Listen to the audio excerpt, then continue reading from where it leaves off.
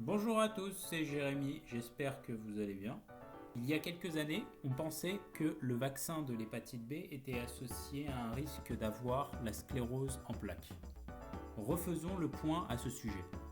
Plusieurs études médicales ont été réalisées depuis, dont une étude qui s'appelle KID-CEP, qui incluait de nombreux enfants atteints de sclérose en plaques.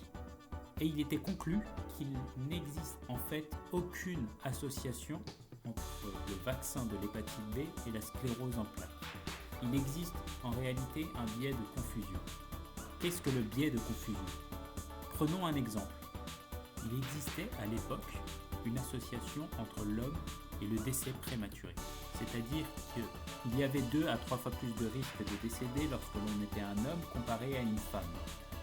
Cependant, on s'est aperçu qu'il existait en fait un biais de confusion. Ce biais de confusion était le tabac.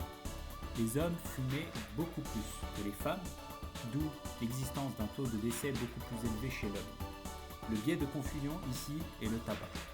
Il faut donc faire attention à ce type d'association qui peut très vite être erroné. Il faut donc essayer de se baser sur des études fiables et correctement réalisées.